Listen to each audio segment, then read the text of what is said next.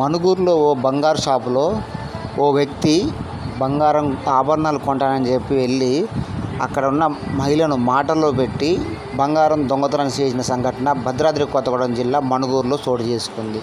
అందుకు సంబంధించి కేసు దర్యాప్తు చేసిన పోలీసులు ఎట్టకేలకు ఆ దొంగని పట్టుకున్నారు. అందుకు సంబంధించి మణుగూరు డిఎస్పి రవీందర్ రెడ్డి తెలిపిన వివరాల ప్రకారం అక్కడ ఏం జరిగిందో ఏందో ఆయన మాటల్లోనే విందాం.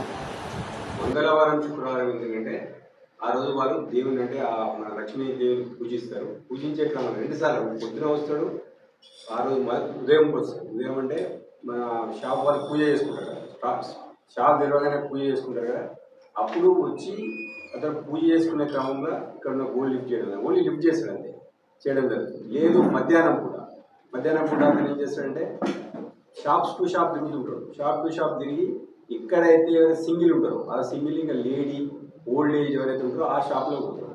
ఆ షాప్లో పోయి అటెన్షన్ ఆ షాప్లో ఉన్న వాళ్ళు అటెన్షన్ డైవర్ట్ చేస్తారు.